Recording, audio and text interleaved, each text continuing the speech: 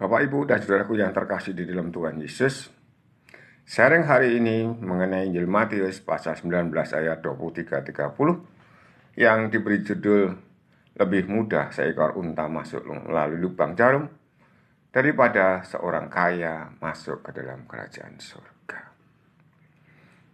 Injil hari ini pasti berkaitan dengan bacaan yang kemarin mengenai seorang anak muda yang kaya yang menjadi sedih karena tidak bisa mengikuti Tuhan Yesus atau jawaban Tuhan Yesus tidak sesuai dengan harapannya. Kenapa? Karena dia diminta untuk menjual hartanya, membagi-bagikan kepada orang miskin lalu mengikuti Tuhan. Baru dia mendapatkan kesempurnaan. Bapak, Ibu, dan saudaraku yang terkasih, aku berkata kepadamu, sungguh sukar sekali bagi orang kaya untuk masuk ke dalam kerajaan surga. Tuhan Yesus menyatakan demikian. Sungguh sukar sekali. Lalu ditekankan lagi dengan perkataan berikutnya. Sekali lagi aku berkata kepadamu, lebih mudah seekor unta masuk melalui lubang jarum daripada seorang kaya masuk ke dalam kerajaan surga. Sebuah pernyataan kontroversial menurut saya bagi kita, mungkin bagi orang yang kaya, mungkin bagi orang yang merasa kaya, dan mungkin bagi orang yang merasa pengen kaya, ya. Demikian apa yang dikatakan Tuhan Yesus. Karena memang Tuhan Yesus mau mengatakan bahwa kekayaan atau dunia ini menghalangi untuk masuk ke dalam kerajaan surga. Tapi bagaimana caranya biar kita dengan apa yang kita punyai di dunia ini tidak menjadi penghalang bagi masuknya kita ke dalam kerajaan surga.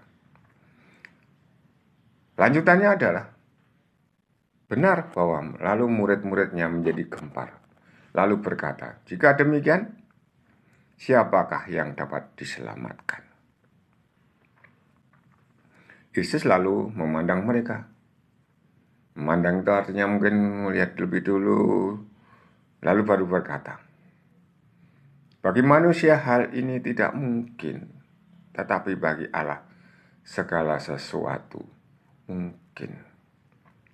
Manusia tidak mungkin masuk ke dalam kerajaan surga.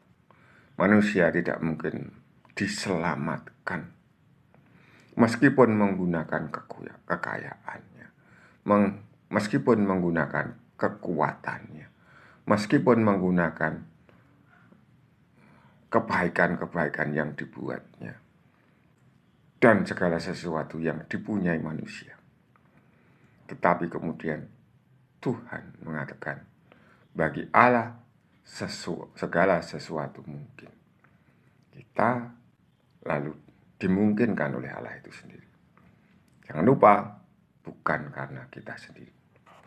Lalu Petrus bertanya, kami telah meninggalkan segala sesuatu dan mengikuti Engkau. Jadi apakah yang akan kami peroleh? Mereka bukan orang kaya. Mereka bukan orang yang sangat kaya. Atau mungkin ada beberapa murid yang kaya, saya tidak tahu. Tetapi Petrus sendiri bukan orang kaya. Aku berkata kepadamu, sungguh pada waktu penciptaan kembali, apabila anak manusia bersembahyang di tahta kemuliaannya. Ini jawaban Tuhan Yesus. Kalian yang telah mengikuti aku akan duduk juga di atas 12 tahta. Ini yang dijanjikan Tuhan. Duduk di tahta. Lalu menghakimi ke-12 suku Israel. Itu adalah janji. Dan setiap orang, sekali lagi, Ini setiap orang, bukan hanya para murid, bukan hanya para rasul. Setiap orang yang demi namaku meninggalkan rumahnya, saudara-saudarinya, bapak ibunya, anak-anak, atau ladangnya, akan menerima kembali 100 kali lipat dan memperoleh hidup yang kekal. Tetapi dasarnya adalah demi nama Tuhan Yesus Kristus. Berarti hanya Tuhan Yesus yang mampu menyelamatkan kita. Apa yang dikatakan di dalam bagian akhir dari Injil hari ini adalah, tetapi banyak orang yang terdahulu akan menjadi yang terakhir, dan yang terakhir akan menjadi yang terdahulu.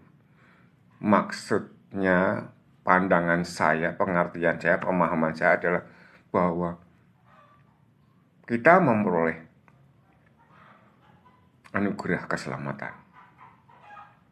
Tuhan memberikan anugerah keselamatan kepada kita. Dan Tuhan tidak memandang waktunya. Yang pertama, menurut kita, belum tentu yang pertama bagi Tuhan. Yang pertama di dunia ini belum tentu yang pertama di dalam kehidupan berikutnya. Bapak, Ibu, dan saudaraku yang terkasih, apakah saudara-saudara atau Bapak Ibu mau menjadi yang terdahulu? Apa mau menjadi yang terkemudian? Apa pengen yang terdahulu yang di dalam kerajaan surga saja?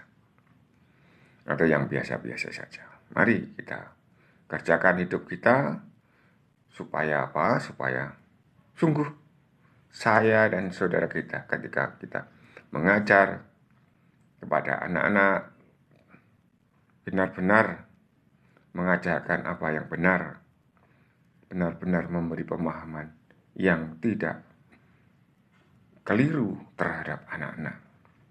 Bagaimana dunia ini berkaitan dengan kehidupan surgawi. Amin. Berkah dalam